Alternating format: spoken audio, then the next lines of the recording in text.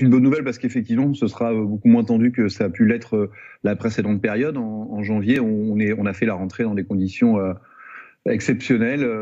Donc là, oui, on va dire que ça se détend et ça, c'est une bonne nouvelle pour tout le monde.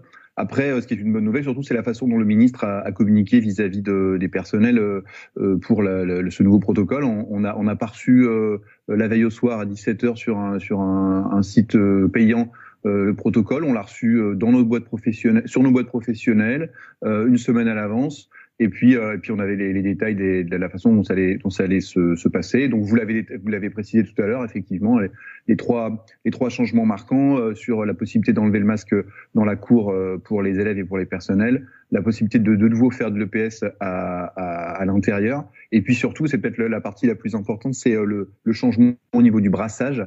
C'est-à-dire que les enfants sont plus vraiment enfermés dans leur bulle classe. Ils vont pouvoir avoir des échanges aussi avec d'autres enfants de même niveau. Et ça change pas mal de choses.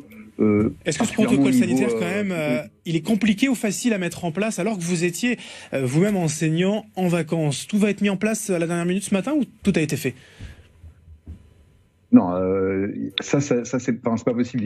On peut pas demander aux enseignants, aux directeurs et directrices de préparer, d'informer et d'être sûr que tout fonctionnera le lundi matin à 8h20. Ça va se mettre en place, il va falloir quelques jours. C'est humain, c'est juste humain. Par contre, là, on a eu le temps de s'y préparer, on a eu le temps de communiquer avec les familles, et donc voilà, ça va se mettre en place. Et puis c'est quand même beaucoup moins compliqué à mettre en place quand ça se détend, plutôt que quand on est obligé de serrer la vis, quoi. Donc voilà, c'est plutôt positif.